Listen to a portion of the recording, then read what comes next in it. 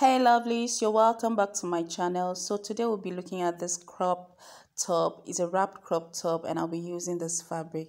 So first off, I'll be drafting the pattern, and so I will need to set this aside. So on my paper, I'll draw a line at the edge here. That will be for my shoulder line, and on that line I'll be placing half of my shoulder measurement, going down with 1 inch that will serve as my shoulder slant. I'll then create my arm curve using same measurement with my shoulder, and I'm extending the chest line outward. So I'll create my neckline of 3 inches width, and because this is just gonna be a basic neckline for now, I'm going down with 1.5 inches for my neck depth, and then I'm connecting it to that shoulder slant. And at the midpoint of my arm curve, I went in with 1/2 inch and then create this arm curve. So for my blouse length, I'm using my half length of 18 inches, and I choose to use 1/2 inch for my hem allowance because I'm likely to use a bias to turn this. So extending this lines now on my half length, I'm placing the 1/4 of my waist measurement plus the seam allowance, and on my chest line I'm placing 1/4 of my bust measurement plus my seam allowance, and then I'll be connecting this bust measurement to my waist measurement. And just to give this a balance, is optional, you can choose not to do this. I'm just going up with about 1 inch for the cuff, and then I'm cutting this out, and this will serve as our front bodies. So now I already have a tutorial on my channel. In case you don't have any idea of how to go about this, I will leave the link in the description box so you can watch this and have a good knowledge of this. So now when we are done with the draft, I'll be cutting it on this fabric. First off, I'm cutting the back bodies, okay? And my back bodies, I usually make it 1 inch higher than the front bodies and 1/2 inch wider at the arm cuff. Okay, now I am trying to make this clear right now. You see me trying to use different color of chalk just to make it visible for you guys. So now I'm doing the 1/2 inch wider at my arm cuff, and I'll extend it to my shoulder line. So I'm just cutting this out, and that will be for my back bodies.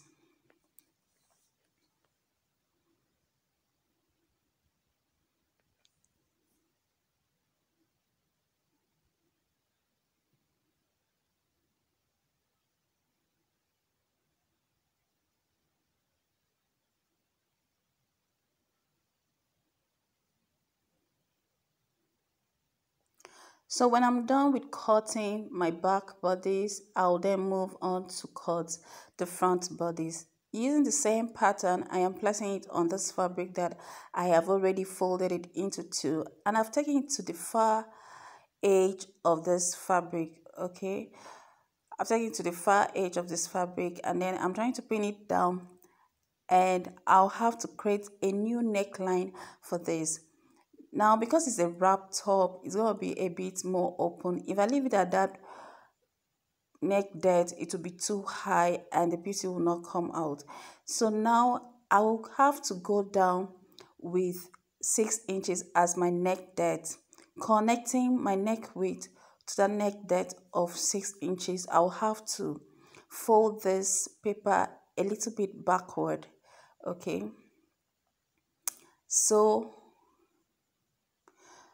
I can connect this properly. So then I'll connect it from my neck width to the new neck depth, okay? And then from there I'll connect it to my length. Now I'll need to extend the length first. I'll extend it with a straight line just so I will know the area I am following. So I'll use a ruler and just extend it outwards.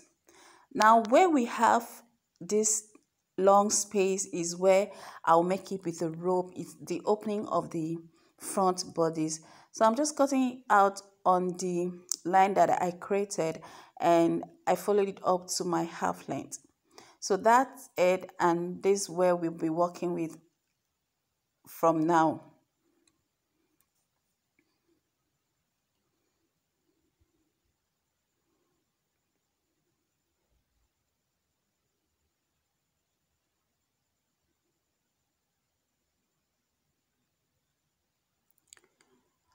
So now from my neck depth, the new neck depth that I've created, I'll connect it to about 3.5 inches higher from my length. Hope you understand. Now at my length, okay, I went up with 3.5 inches, and I'll be connecting my neck depth to that 3.5 inches. That 3.5 inches will equally serve as a rope round the waist. Okay, so I'm cutting out the neckline now, and that will be for the front bodies. So the next thing we'll have to cut now will be the bishop sleeve.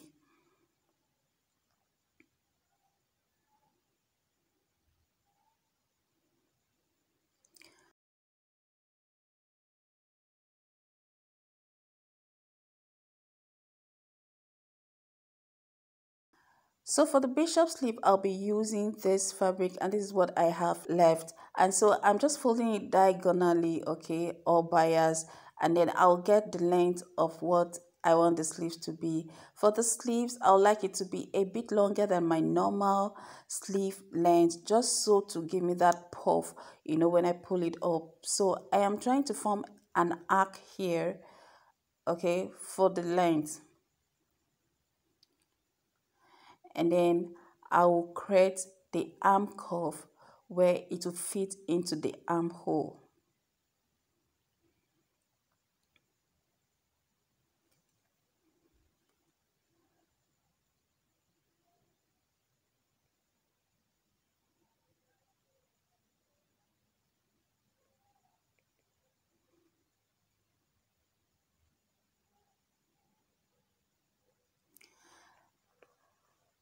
So at this point, if this video adds any value to you at all, please click the subscribe button, comment, like, and share.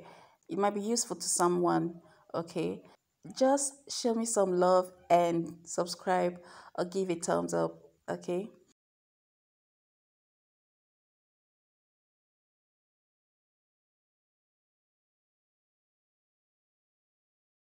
So we have the front bodies, the back, and the sleeves. For the sleeves, I will interlock the hem, and then I'll be using 1/2 inch.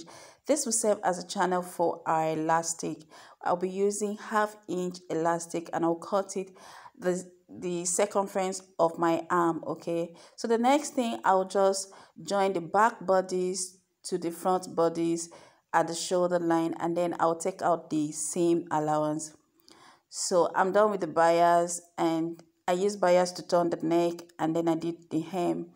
Okay, so I'm done with that, and the next thing I will need to fix the sleeves. So I'm measuring the circumference of my armhole, and it has to correspond with the circumference of the sleeve. Now because the sleeve, I want it a bit, I want it to have a little gathers at the apex, so I'll make it slightly more than the armhole circumference. So when I've gotten that, I will now take the apex of the sleeves and then pin it to where I notch as my center line. Now the shoulder line is not where you start the sleeve, because we made it 1 inch higher the shoulder line. So of course you need to fold this properly so you get the middle notch. And then I'll be taking the seam of the sleeves to the seam of the blouse and then insert it.